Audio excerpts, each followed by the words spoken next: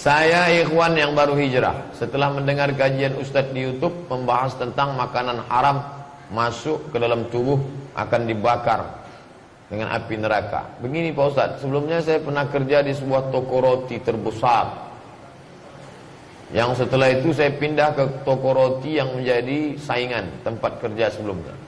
Adapun posisi saya tempati di tempat kerja sebagai orang ngontrol bahan produk diolah dalam pembuatan roti tempat tersebut selama 5 tahun. Begitu banyak bahan baku di toko roti ini tak halal. Untung saya tak pernah beli, selalu dikasih orang aja, tapi tak saya makan. Namun toko roti ini mendapatkan label halal. Iya, karena yang dikasih label kan sampel aja. Mana sampel ini cop dah, habis itu mana orang nengok lagi.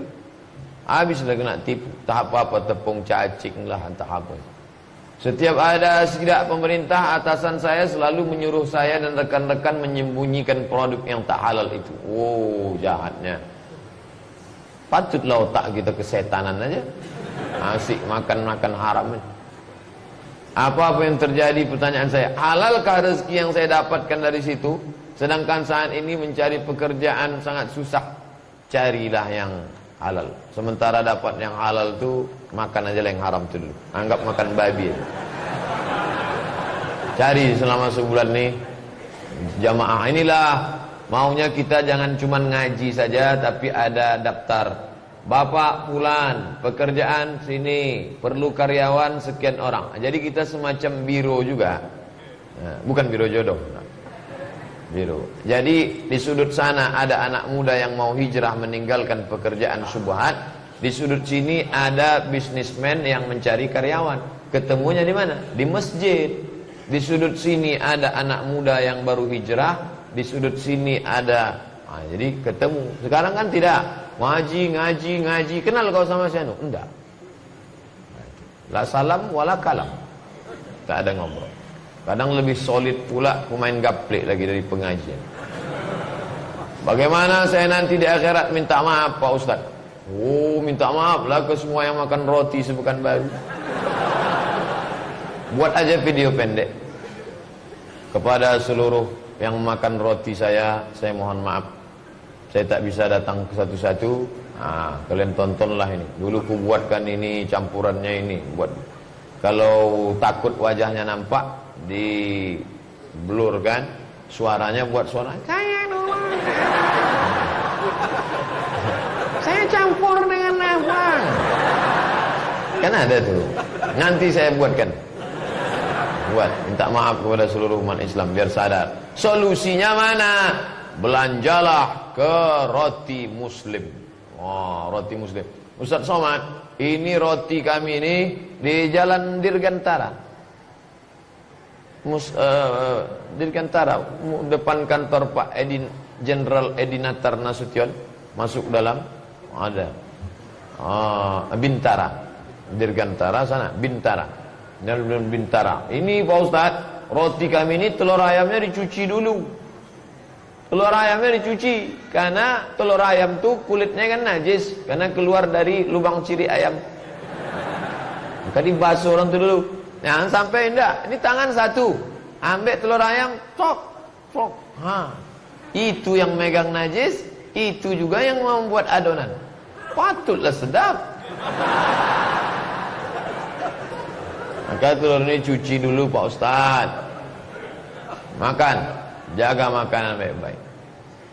Harus bagaimana saya ke depannya Pak Ustaz? Cari kerjaan yang baik, habis itu taubat. Minta ampun kepada Allah. Mudah-mudahan Allah mengampunkan dosa silap salahmu saudara. Amin. Saya pun banyak silap salah. Bukan tak ada silap salah. Manusia tak lepas dari silap salah. Ustaz, apakah benar tak ada yang namanya bid'ah hasanah?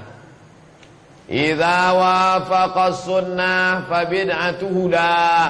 Kalau perbuatan itu baik, sesuai dengan sunnah, masih dipayungi dalil hukum syar'i, maka dia disebut huda, baik.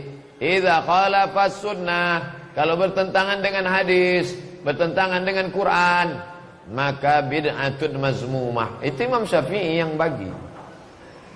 Saya lebih percaya Imam Syafi'i. Kalau ada yang mengatakan tak bisa dibagi, saya lebih ikut Imam Syafi'i. Imam Syafi'i itu alim, nasirus sunnah, di kepala dia semua. Bagaimana pendapat Ustaz tentang jamaah tabligh dakwah dari pintu ke pintu? Jamaah tabligh lah yang mengajak orang ke masjid.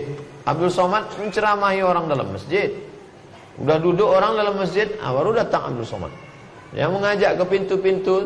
Assalamualaikum Pak Haji, ayo kita ke masjid. Usah kau ajak aku, kata Pak Haji. Aku udah bolak-balik ke Masjidil Haram.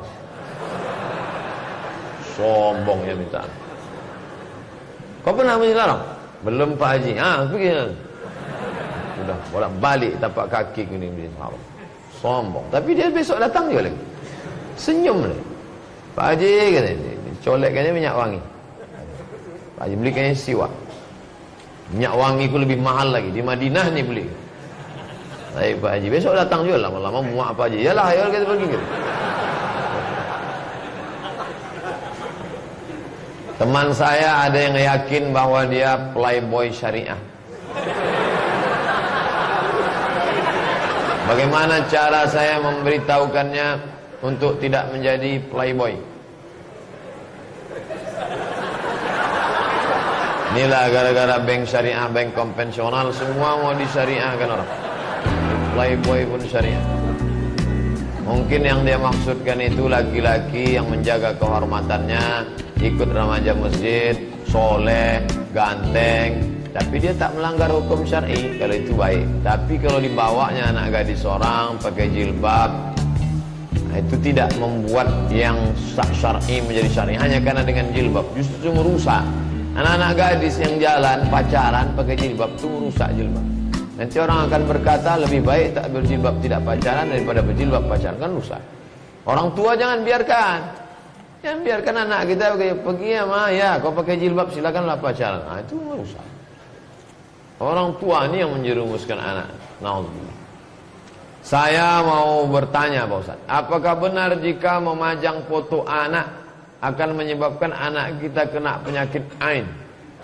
Dan apa itu penyakit ain? Al-ainu haq. Ain itu hak. Jadi kemarin waktu di Bangka Belitung jumpa di ruang tunggu dengan Ustadz Yusuf Mansur. Jadi sahabat-sahabat muji, ini sedang viral loh sekarang Pak Ustadz. Jangan cuma itu, sebut Alhamdulillah. Jadi jangan disebut Alhamdulillah itu, maka ain itu bisa hilang. Orang berdagang megah mewah, lalu dia katakan, wah hebat sekarang. Itu bisa ain, bisa hilang dia. Ain berasal dari kata mata, karena awalnya mata melihat, lalu muncullah hasad dan lain sebagainya. Maka ucapkan Alhamdulillah, pujian kepada Allah, salah satu cara menghilangkan, mendekatkan diri kepada Allah Subhanahu wa taala. Cantik anaknya, lucu ya, Alhamdulillah. Alhamdulillah. Istrinya solehah ya, Alhamdulillah. Istri siapa tuh? Istri kawan saya. Istri kawan. Saya ada bisnis dengan teman, menanam modal ratusan juta yang berakhir pada 2 tahun. Pada kenyataannya setelah itu lewat 2 tahun, bahkan saya tak minta fee karena takut riba. Ketika saya nagih, saya malah diminta ikhlas agar rumah dia bisa terjual untuk bayar hutang. Sekarang dia menjadi lebih islami. Pertanyaan saya, ada tak doa agar kawan itu bisa cepat bayar hutang? Bagaimana adab menagih hutang dalam Islam? Ini dari awal sudah salah setting. Saya seakrab apapun kawan, akrab. Saya kasih tahu di awal, kau jangan tersinggung ya. Aku bukan tak percaya, tapi kita menjalankan firman Allah. Pak, bapak jangan tak percaya sama saya. Ambil kertas. Tak ada kertas Pak Ustaz. Apa yang ada di situ? Kotak-kotak sobek tak apa. Saya akan bayarkan nanti pada tanggal sekian. Nanti sampai masanya kita datang bawa friend, ya, akhi, ya, ini tanggal.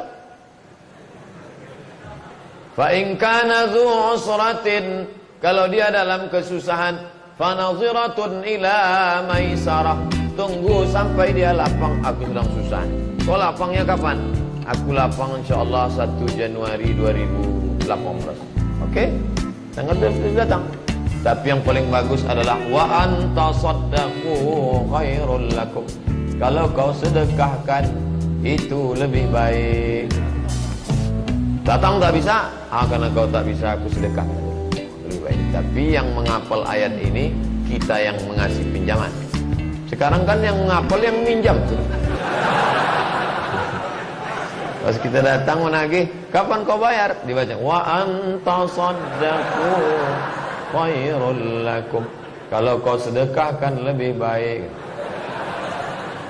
Andai ustad lah, ini andai ustad. Ini realnya aja lah. Kita kan enak bilang sabar ya, sabar. Andai ustad lah ngalami 200 juta dipinjam. Dulu kita memang salah, mungkin karena belum ngaji, percaya aja. Pinjam 200 juta. Sekarang dia tak bayar. Apa yang ustad lakukan? Saya polda kan. Saya lapor ke polda. Lapor ke polisi, minta ini tangkap nih orang. Kalau ada aset dia jual. Dia mesti. Kita yang tegas dalam masalah utang itu bukan kita dendam.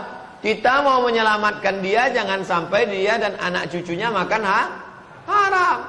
Kita biarkan dia makan 200 juta. Sekarang dia lebih islami. Dia merasa lebih islami. Anaknya makan haram, bininya makan haram. Mati kita. Dia mesti balikkan itu di akhirat. Dia cari kita di akhirat. Makanya kalau ada orang tegas dalam masalah hartanya, dia ingin menyelamatkan saudara. Begitu juga masalah warisan. Mati mak kita, mati ayah, meninggal ayah kita. Lalu abang ini menahan surat tanah, tak dia bagi. Kita diam aja. Itu bukan berarti kita sayang sama saudara. Kita sudah membiarkan dia, anak bininya makan haram. Maka kita tegakkan hukum. Bagi bang. Kalau abang tak bagi, ku polisi kan abang. Aku sayang sama abang. Aku tak mau abang makan haram. Mendengar polisi kumat, mati dia. Alhamdulillah. Bisa cepat dibagi.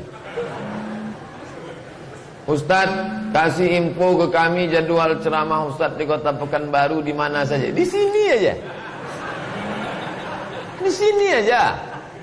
Makanya jamaah sekarang, Ustaz datanglah ke masjid kami. Sudah 7 kali pertemuan di Masjid Raya Senepelan. Dah datang belum? Datanglah, jauh Pak Ustaz. La ilaha illallah. Apa pula jauh? Jauh. Payah kamar mandinya Pak Ustaz. InsyaAllah nanti kamar mandi megah dibangunkan. InsyaAllah. Tak tahu saya entah kapan. InsyaAllah.